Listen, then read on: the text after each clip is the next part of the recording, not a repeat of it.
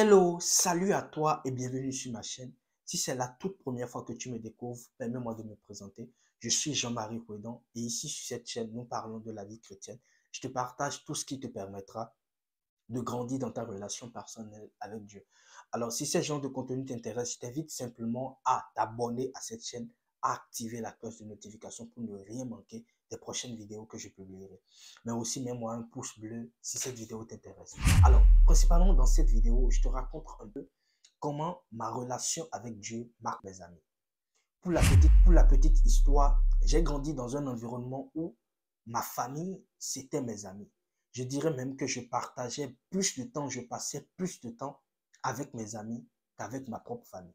Je suis le genre d'enfant où, quand je ne suis pas à la maison, on savait où me retrouver. J'étais forcément avec mes amis. Dans le quartier dans lequel j'ai grandi, on se connaissait tous en tant que jeunes. On a grandi ensemble, on a baigné ensemble dans le même environnement. Donc, on se connaissait tous. Bien plus, on avait un centre d'intérêt qui nous réunissait tous, qui était le football. On avait un club de foot dans lequel on jouait et tout. Donc, on faisait des compétitions, des matchs, tout cela. Je dirais, on avait tous ce fameux rêve de devenir un jour un joueur professionnel de football. Donc, c'est dans cet environnement que j'ai baigné. Donc, j'ai grandi avec ces personnes et tout. Et lorsque tu es adolescent et que tu appartiens à un groupe, forcément, tu as tendance à te faire accepter. Et pour se faire accepter, il faut faire certaines choses, même à l'encontre de tes valeurs, même à l'encontre de l'éducation que tu as reçue, pour pouvoir te faire accepter. Il faut que tu adhères à un système de pensée. Il faut que tu acceptes le paradigme de certaines personnes. Parce que dans chaque groupe, il y a toujours des personnes qui ont cette marque de leadership et qui ont la capacité d'influencer les autres par leur manière de faire et tout. Et pour que toi, tu puisses te faire accepter, il faut que tu puisses adhérer à leur manière de faire. Donc, j'adhérais aussi à tout ce qui se faisait. C'est là que j'ai découvert le monde, certaines choses et tout. J'étais impliqué dans énormément de choses. Je faisais aussi la danse, tout cela, je dansais beaucoup. Peut-être je ferai d'autres vidéos où je parlerai, je raconterai vraiment l'histoire de ma conversion.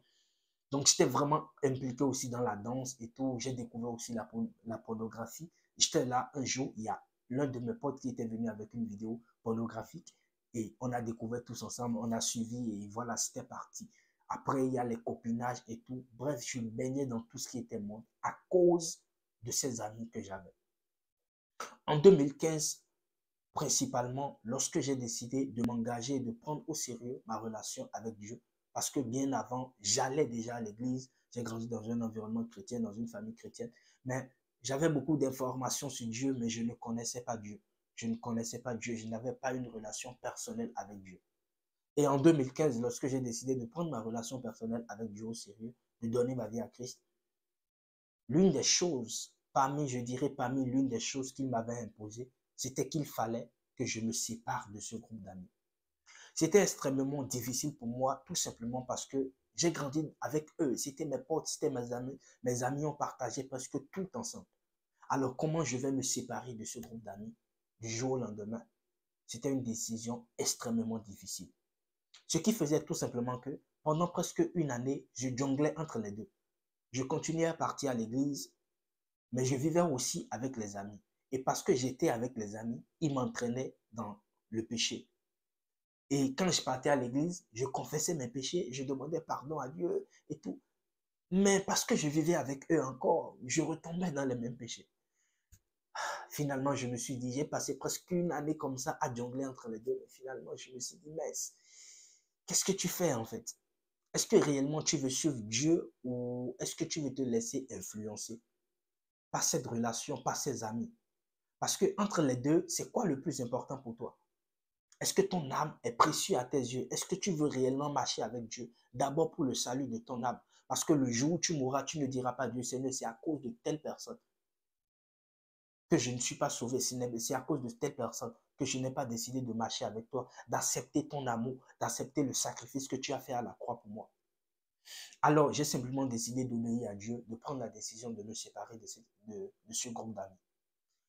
Et franchement, c'était un peu difficile, comme je le disais. Mais lorsque j'ai pris cette décision, en fait, Dieu lui-même s'est engagé dans la décision que j'ai prise et il m'a facilité la tâche.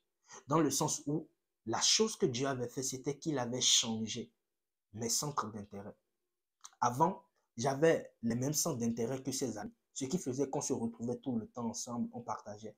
Mais lorsque j'ai pris ma relation avec Dieu au sérieux, il a changé mes centres d'intérêt. Du coup, je me suis retrouvé à ne plus aimer les mêmes choses que ces gens, en fait. Je passais tout mon temps à l'église, j'étais dans les activités et tout. Je vivais principalement ma vie entre l'école, ma maison et l'église. Donc, tout le temps, si je n'étais pas à la maison, c'était que j'étais à l'église, soit à l'étude biblique, soit j'étais en train de prier, soit j'étais en train d'évangéliser, j'étais dans une sortie d'évangélisation. En fait, mes centres d'intérêt avaient changé. Du coup, je ne côtoyais plus ses amis et Dieu lui-même m'a aidé en changeant mes centres d'intérêt. Ce qui a finalement rendu, en fait, cette séparation facile pour moi. Et c'était indispensable pour moi que je puisse me séparer. Je me suis rendu bien plus tard compte de l'impact que cette séparation a eu sur ma vie. Tout simplement parce que, premièrement, cette relation de groupe d'amis, en fait, m'empêchait ou m'empêcherait de grandir dans ma relation personnelle avec Dieu. Je l'ai dit dans le sens où j'allais toujours à l'église, mais je me retrouvais encore à pécher à cause de l'influence que ce groupe d'amis avait sur moi. Ce qui faisait qu'il m'empêchait de grandir dans ma relation avec Dieu. Deuxièmement, émotionnellement, parce que j'avais grandi dans cet environnement, en fait, j'avais un attachement par rapport à ce groupe d'amis. Or, toute chose auquel nous nous attachons est susceptible de prendre la place de Dieu dans nos cœurs. Et parce que Dieu ne veut pas que nous le suivons en ayant un cœur partagé, il est indispensable qu'il nous impose de nous séparer. Ça me rappelle exactement ce que Dieu disait à Abraham dans Genèse chapitre 12. Lorsqu'il l'a appelé, il lui disait, il faut que tu quittes la maison de ton père, que tu quittes ton pays, ta nation, pour aller vers le pays que je t'indiquerai. Parce que lorsque nous sommes attachés à certains groupes d'amis, à certaines choses, en fait, que ce soit la copine que tu as actuellement, que ce soit le gars avec qui tu sors, en fait, émotionnellement, on a une dépendance affective vis-à-vis de cette personne ou de ce groupe de personnes. Où on se dit que non, je ne vois pas ma vie, je ne me vois pas être épanoui en dehors de ce groupe d'amis ou en dehors de cette personne. Justement, ce qui fait que cette personne devient une idole dans notre cœur, ou ce groupe d'amis devient simplement une idole dans notre cœur. Et Dieu impose que nous puissions nous séparer. Et ce que nous on fait généralement, on dit à Dieu que non, Seigneur, il faut déjà que je marche avec toi, après je verrai si me séparer. Non, il faut que tu te sépares, parce que c'est indispensable pour toi. Dans mon cas, j'ai pris la décision de me séparer, et Dieu m'a facilité la tâche. Il a changé ma manière de voir. J'avais un amour démesuré pour lui, j'avais un amour pour les choses de Dieu, et mon centre d'intérêt avait totalement changé. Et plus tard, je me suis rendu compte de l'impact que cette séparation a eu dans ma vie. Non seulement dans ma relation avec Dieu spirituellement, non seulement émotionnellement, parce que Dieu a comblé ce vide, en fait, que ses amis ne pouvaient pas combler, mais aussi dans mes études, c'est-à-dire de façon physique, dans mes études, je m'en sortais plus que ce groupe d'amis. À l'époque même, on était tous, presque tous en âge, parce qu'on était de la même génération, on était presque tous en âge de passer notre brevet d'études premier cycle, le BPC. Et lorsqu'on a passé ce brevet d'études premier cycle, j'étais le seul à être admis. Tout simplement parce que j'ai eu la grâce de Dieu sur ma vie. Et cette grâce parce que je me suis engagé pleinement à suivre Christ. Et lorsqu'on s'engage à suivre Christ, il y a une différence qui se fait remarquer. Non seulement Dieu m'a accordé la grâce d'avoir ce brevet d'études premier cycle, mais aussi cette même année, j'avais passé un concours et Dieu aussi m'a encore accordé la grâce de réussir à ce concours pour pouvoir intégrer un lycée technique où j'ai été retenu en tant que boursier pour pouvoir poursuivre mes études. Je dirais, Dieu m'a rendu intelligent. Je dirais même mieux, je suis devenu intelligent lorsque j'ai décidé de donner ma vie à Christ et de me séparer de ce groupe d'amis. Peut-être je ferai une autre vidéo où je parlerai plus en détail de comment ça s'est passé, comment Dieu m'a rendu intelligent. Je ferai peut-être une vidéo là-dessus. Si ça t'intéresse, dis-le moi dans les commentaires et je ferai une autre vidéo là-dessus. Mais principalement, cette séparation a eu un impact indispensable dans ma vie. Et je crois que si je ne m'étais pas séparé de ce groupe d'amis, je n'aurais jamais grandi dans ma relation avec Dieu. L'une des autres difficultés auxquelles j'ai été confronté lorsque je m'étais séparé de ce groupe d'amis aussi, Parce que, disons-nous la vérité, c'est une chose de se séparer de ses amis, mais c'est aussi une autre chose de trouver d'autres amis dans l'église. Généralement, on s'attend à ce que lorsqu'on soit dans l'église, on ait des amis ou bien qu'on trouve des amis, ce qui n'est pas forcément le cas. Ou du moins, normalement, ça devrait être ce qui est normal, mais ce n'est pas forcément le cas partout. Lorsque j'étais venu à l'église ou bien je m'étais plus engagé à l'église, l'une des réalités auxquelles j'ai été confronté, c'était le fait que il y avait des personnes qui étaient des anciens dans l'église, des personnes jeunes comme moi qui avaient duré dans l'église. Et ces personnes, à force de passer du temps ensemble, ont fini par créer des cercles et des groupes d'amis. Ce qui fait que lorsque toi, tu te retrouves comme un nouveau dans l'église, en fait, tu as du mal à intégrer l'église. Tu as du mal à être accepté, qu'on t'intègre en fait dans l'église. On ne s'en rend pas compte, mais je crois qu'il y a encore beaucoup de personnes aujourd'hui qui souffrent de cette réalité. Beaucoup de nouveaux, beaucoup de jeunes qui viennent dans l'église, mais qui ont énormément du mal à s'intégrer. Récemment, j'ai discuté avec une personne, avec un jeune qui me faisait aussi cette même confidence en disant que dans l'église où il était, en fait, il avait énormément du mal à s'intégrer. Tout simplement parce qu'il y avait beaucoup de personnes qui étaient là, mais qui, à force de se côtoyer ensemble, ont formé des groupes, des clans entre eux. Donc, quand toi, tu te retrouves, ce n'est pas vraiment qu'on ne te calcule pas. On te salue, on prend de tes nouvelles, mais pas plus, en fait. Tu n'as pas ce privilège de vraiment intégrer l'église. Et ça a été l'une des difficultés auxquelles j'ai été confronté. Alors, quand j'ai été confronté à cette difficulté, la réalité, c'est simplement que je me retrouvais seul. Alors, je me suis posé la question, Seigneur, comment se fait-il que, en fait, tu me demandes de me séparer de mes amis? Je me sépare de mes amis, maintenant je viens dans l'église. Au lieu de trouver des amis dans l'église maintenant, je me retrouve seul. Et c'est vraiment pendant cette période où la seule réponse que j'ai trouvée, c'était qu'il fallait que je bénéficie de cette solitude. Alors j'ai dit, OK, comment je fais pour rentabiliser ces temps de solitude dans lesquels je vivais? Alors, la seule réponse que j'avais trouvée à cela, c'était qu'il fallait que j'utilise cette période de solitude pour investir dans ma relation personnelle avec Dieu.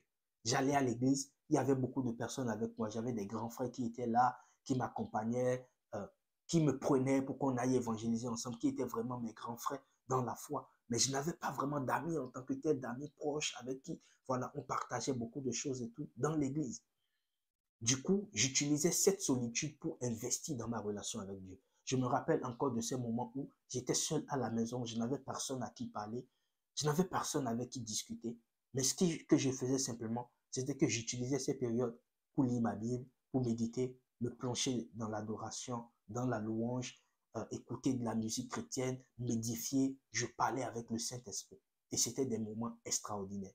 Ce qui faisait simplement que dans un moins de temps, j'ai vu ma relation avec Dieu grandir de manière exponentielle parce que je profitais en fait de cette solitude pour investir dans ma relation personnelle avec Dieu. Et l'un des pièges justement, c'était que lorsque vous vivez dans la solitude, vous devenez de plus en plus amoureux de votre solitude. Ça a été d'ailleurs l'une des réalités auxquelles j'ai dû travailler plus tard. Parce que tellement je commençais pas à aimer ma solitude que j'avais finalement du mal à être avec les autres. Où j'étais avec des gens, mais j'étais toujours dans mon moule, en fait, j'étais toujours dans mon monde à moi parce que j'aimais ma solitude et j'ai eu à travailler cela plus tard. Mais justement, pour faire court dans cette vidéo, j'aimerais juste vous raconter un tout petit peu comment ça a été pour moi, en fait, le fait de vivre cette transition, de quitter le monde, me séparer de mes amis, jusqu'à aujourd'hui être en Christ. Comme je le disais, ça n'a pas été facile pour moi, mais j'ai dû obéir et accepter cela. Et peut-être de même pour toi aussi, Dieu te demande de te séparer de quelque chose, mais tu te dis, comment ça va se passer?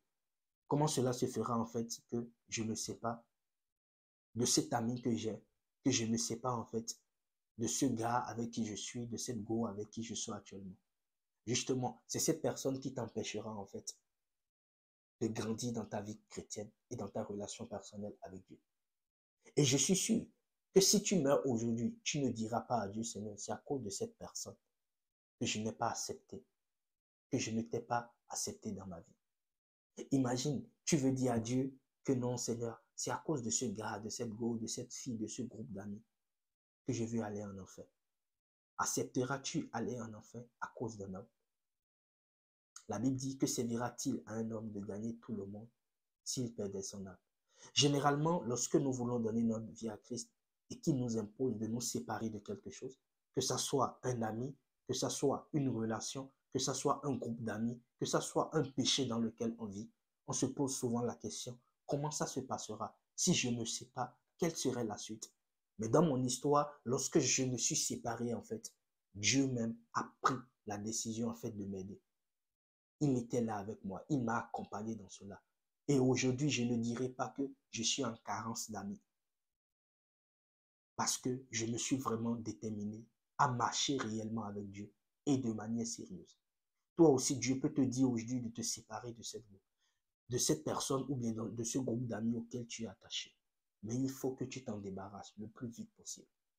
Parce que cette personne, en fait, constitue une gangrène pour toi dans ta marche avec Dieu. Et il faut que tu t'en sépares. Il faut que tu t'en sépares. Et je t'assure que si tu prends la décision de t'en séparer, Dieu aussi viendra te porter.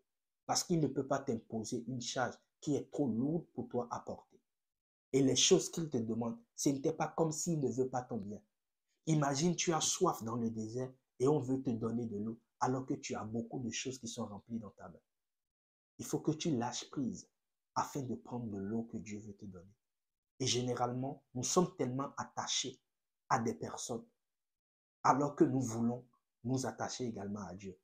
Nous sommes tellement attachés à des groupes de personnes, à un ami, dans une relation, et nous mettons tous nos organes, toutes nos émotions dans ces choses lorsque nous venons à Christ. Et il nous demande de nous séparer. Mais nous trouvons tellement difficile que comment ça sera en fait le fait qu'on se sépare de ces personnes. J'ai vu même plusieurs personnes accepter de donner leur vie à Christ à condition qu'on les laisse continuer leur relation dans laquelle elles étaient. J'ai vu même beaucoup de personnes rétrograder parce qu'elles n'étaient pas prêtes à briser la relation dans laquelle elles étaient. Mon ami, le seul conseil que je peux te donner, c'est que ne permets pas que cette personne, que cette relation, que ce groupe d'amis t'empêche d'entrer dans le royaume de Dieu. Ne permets pas que cette relation, que ce groupe d'amis, que cette personne avec qui, cette chose auquel tu es attaché, ce péché auquel tu es attaché, ne permets pas que cette chose t'empêche d'entrer dans le royaume de Dieu. La Bible peut le dire que si l'un de tes membres t'empêche d'entrer dans le royaume de Dieu, coupe ce membre et jette-le loin de toi. Ne permets pas qu'une relation t'empêche d'entrer au ciel. Ne permets pas qu'un ami, qu'une relation amoureuse soit une gangrène pour toi qui te rue. Dieu a des plans merveilleux pour toi. Justement, si tu acceptes de te débarrasser et de payer le prix nécessaire, tu verras Dieu toucher et changer complètement ta vie. C'était un peu ça mon histoire. Ma relation avec Dieu m'a coûté mes amis. J'étais sûr et aujourd'hui, je t'assure, j'ai beaucoup d'amis. Je ne dirais pas que je suis vraiment en manque ou en carence d'amis. C'était un peu ça mon histoire. Peut-être dans une prochaine vidéo, je te raconterai plus en profondeur un détail de cette histoire. Si cette vidéo t'a plu, partage-la à une personne. Abonne-toi à cette chaîne pour ne rien manquer et mets-moi un like. J'aimerais également te lire dans les commentaires de quoi est-ce que tu t'es séparé lorsque tu as donné ta vie à Christ. Que Dieu te bénisse. Peace.